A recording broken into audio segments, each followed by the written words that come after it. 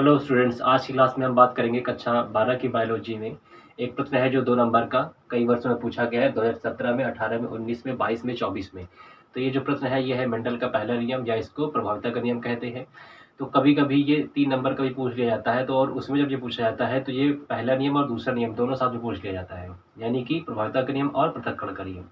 तो इस साल 2025 में बोर्ड में इसके आने की संभावना बहुत ज़्यादा है, तो ये बहुत इंपॉर्टेंट है। तो आइए समझते हैं इस प्रश्न को। तो देखिए प्रश्न में है कि मेंडल के प्रभाविता के नियम को समझाइए। प्रभाविता के नियम का मतलब है लॉ ऑफ डोमिनेंस इंग्लिश में, ठीक है। या साथ में इसके पूछा जा सकता है कि पृथक्करण के नियम को भी समझाइए, यानी पहला नियम और दूसरा नियम दोनों एक साथ समझाइए। तब ये 3 नंबर, जब दोनों पूछा जाएगा तो 3 नंबर का आएगा, जब एक पूछा जाएगा तो 2 नंबर का आएगा। और ये इन ईयर्स में आ चुका है। तो लॉ ऑफ सेग्रीगेशन इसको कहते हैं, पृथक्करण के नियम को। देखिए उत्तर समझते हैं। इसमें क्या होता है, कह रहे हैं कि जब एक जोड़ी, तो यहाँ पे हमने एक जोड़ी ले लिया है, एक ये है और एक ये है, तो दोनों को मिलाकर क्या होगा, एक जोड़ी। क्या है, विपरीत लक्षण। तो ये यहाँ पे पौधे लिए गए हैं और ये विपरीत लक्षण के हैं। तो विपरीत लक्षण कैसे, कि देखिए ये कैपिटल टी दर्शाता है जीनोटाइप को। जिनको जीनोटाइप फिनोटाइप नहीं पता है तो पीछे वीडियो बनाए जा चुके हैं, आप उन्हें प्लेलिस्ट में जाकर के देख सकते हैं। तो कैपिटल टी दर्शाता है कि जो पेड़ है वो कैसा है, वो लंबा है।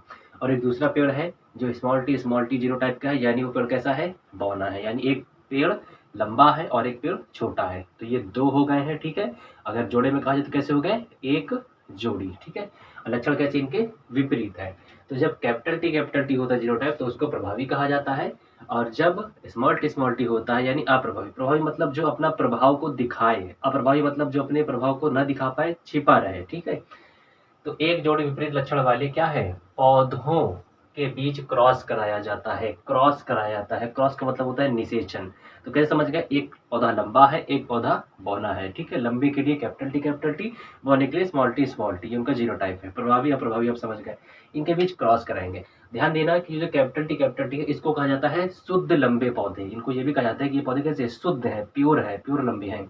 वहीं पर जो स्मॉल टी कैसे है, शुद्ध बौने हैं। तो इनके बीच क्रॉस कराया जाता है। तो देखिए क्रॉस का मतलब होता है, जैसे आपने कक्षा 10 में मैथ में पढ़ा होगा कि पहली संख्या का गुणा जो है पहले कर लेते हैं दोनों में, फिर दूसरी संख्या का दोनों में करते हैं। तो जैसे मल्टीप्लाई करते हैं तो कैपिटल टी लिख दिया, वैसे ही लाइन खींच दिया, पे कैपिटल टी ऊपर से आ गया और फिर इसका गुणा किसमें किया गया, इसमें स्मॉल टी वाले में, तो इधर से इसके साथ में आ गया, तो ये बन गया। फिर इसी का जो है दूसरे के साथ में करेंगे, इसका इसके साथ में, तो ये इधर से लाइन खींच करके इधर से आ गया, तो फिर इधर का कैपिटल टी और इधर का स्मॉल टी। फिर इसके बाद इसका काम खत्म हो गया। फिर अब ये बचा, तो इसका गुणा किसमें करेंगे, इसमें साथ में, तो इधर से लाइन खींच करके इसको मिला दिया, कैपिटल टी स्मॉल टी। फिर इसके बाद इसको कैपिटल टी यहाँ पे लिख लिया और स्मॉल टी। तो इस तरह से क्या हो गया, क्रॉस हो गया, यानी क्या हो गया, निषेचन हो गया।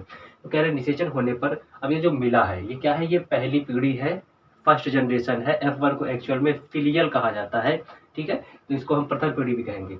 तो प्रथम पीढ़ी का मतलब जैसे कि एक हस्बैंड है, एक वाइफ है और उनकी जो संतानें हुई, तो अब जो संतान की जो पीढ़ी है वो कैसी है, वो पहली पीढ़ी है, ठीक है, जनरेशन है। तो उसी तरह से इनकी क्या है, पहली पीढ़ी है। तो जब इनके बीच विपरीत लक्षण वाले पौधे के बीच क्रॉस कराया गया तो F1 पीढ़ी में प्राप्त होने वाले जो पौधे हैं कैसे हुए, प्रभावी लक्षण वाले हैं। तो यहाँ पे जो इनके निषेचन के बाद पौधे मिले वो पौधे कैसे हैं, प्रभावी लक्षण वाले। कैसे प्रभावी वाले, देखिए कैपिटल टी किसको दर्शाता है, लंबाई को, ठीक है, और स्मॉल टी किसको दर्शाता है, बौनेपन को। तो जो पौधा मिला उसके अंदर जो जीनोटाइप था, इनके निषेचन के बाद जो पौधे मिले, जैसे हस्बैंड वाइफ के निषेचन के बाद जो संतान मिली, ठीक है, तो उसी तरह से इनके निषेचन के बाद क्या है, जो पौधे मिले, तो एक कैपिटल टी जीनोटाइप है, एक स्मॉल टी है, यानी दोनों को साथ में लिए हुए।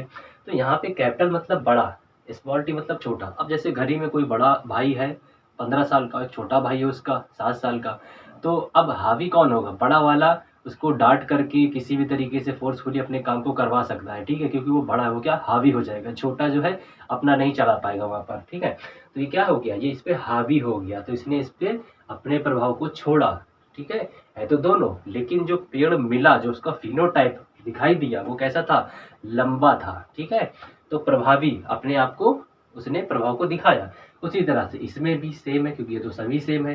तो ये पौधे जो हमको मिले कैसे मिले, प्रभावी लक्षण वाले मिले। और ये पौधे कैसे थे, सभी संकर थे। संकर का मतलब क्या है, दोनों मिले जुले जो होते हैं उनको संकर कहता है। शुद्ध किसको कहते हैं, जिसमें दोनों सेम होते हैं, ठीक है। अब भले ये लंबा था, ये शुद्ध भले ही बौना था, लेकिन जो संकर होता है उसको किसको कहते हैं, जिसमें दोनों के लक्षण मिले जुले होते हैं, ठीक है। ये मिले-जुले होते हैं, ठीक है? तो पहला नियम है। अब हम बात करते हैं अगर परीक्षा में दूसरा पूछ लिया जाता है कि भाई दूसरा भी बताइए, तो पहले नियम में तो आप इतना लिख सकते हैं, प्रभाविता के नियम को समझाइए और 2 नंबर आपको मिल जाएँगे। लेकिन अगर आपको पृथक्करण का नियम लिखना पड़े, तब आप क्या करेंगे? देखिए उसके लिए आप क्या करेंगे, आप उसमें इस नियम को पहले लिखेंगे फिर से। यानी अगर आपको पृथक्करण का नियम लिखना है, तो आप प्रभाविता के नियम को फिर से लिखेंगे। उसके बाद ही पृथक्करण का नियम कंप्लीट होगा। यानी पृथक्करण को करने के लिए प्रभाविता के नियम आपको लिखना ज़रूरी है। तो हम यहीं पर उसके आगे बता देते हैं कि पृथक्करण का नियम क्या हो गया। तो देखिए पृथक्करण मतलब क्या होता है, अलग-अलग, ठीक है? सेग्रीगेशन। तो इसमें क्या होगा, कह रहे हैं कि जो F1 पीढ़ी के पौधे हैं, अब ये पीढ़ी कैसी है, ये जो मिली है यहाँ पर F1 पीढ़ी है, किसमें? प्रभाविता के नियम में। तो जो F1 पीढ़ी के पौधे, इनका क्या किया जाए? स्वनिषेचन करा दिया जाए। यानी इनका आपस में निषेचन करा दिया जाए। यानी जो संतानें थी इन्हीं का आपस में। तो यहाँ पे हमने ले लिया एक कैपिटल टी स्मॉल टी और एक कैपिटल टी स्मॉल टी। तो इनका आपस में क्रॉस कराना है। तो कह रहे हैं स्वनिषेचन कराने पर F2 पीढ़ी। अब जो यहाँ पे मिलेगा हमको वो क्या होगा, ये कैसी जनरेशन होगी, यहाँ पे जो रेड से दर्शाया गया ये F2 है, यानी ये दूसरी जनरेशन है, ठीक है? तो जो F2 पीढ़ी में प्राप्त होने वाले पौधे होते हैं वो पृथक-पृथक लक्षण वाले प्राप्त होते हैं, यानी अलग-अलग लक्षण वाले होते हैं। कैसे होते हैं देखिए, कैपिटल टी स्मॉल टी लिया तो कैपिटल टी का गुणा किसमें किया, कैपिटल टी में, ठीक है? एक-एक संख्या का गुणा। तो ये कैपिटल टी इधर से आ गया, इधर से आ गया। तो ये किसको दर्शा रहा है, लंबाई को। फिर कैपिटल टी ने स्मॉल टी के साथ क्रॉस किया, तो यहाँ पे कैपिटल टी स्मॉल टी, फिर स्मॉल टी कैपिटल टी के साथ, तो कैपिटल टी स्मॉल टी और स्मॉल टी के साथ में। तो यहाँ पे देखिए अगर कैपिटल टी किसको दर्शा रहा है, लंबे को दर्शा रहा है, और कैसे हैं, शुद्ध हैं, कैसे हैं, प्रभावी हैं। वहीं पर कैपिटल टी स्मॉल टी किसको दर्शा रहा है, संकर को दर्शा रहा है। लंबा तो है लेकिन संकर है। वहीं पर ये वाले भी कैसा है, संकर है और लंबा है, क्योंकि दोनों सेम है, ठीक है? इसके बाद क्या है, स्मॉल टी, तो ये बौनेपन को दर्शा रहा है और ये शुद्ध है और ये अप्रभावी है। तो देखा जाए तो यहाँ पे 3 अलग-अलग तरह की चीजें मिल रही हैं, ठीक है? सेम नहीं है, अलग-अलग यानी पृथक-पृथक। इसीलिए इसको पृथक्करण का नियम कहा जाता है। तो यहाँ पर जो हमको इस जनरेशन में मिले पौधे वे अलग-अलग लक्षण के, पृथक-पृथक लक्षण के थे, इसीलिए इसको पृथक्करण का नियम कहा जाता है। तो आई होप कि आपको ये वीडियो पसंद आया होगा, आपको टॉपिक समझ में आ गया होगा। तो मिलते हैं इस तरह के नेक्स्ट वीडियो में।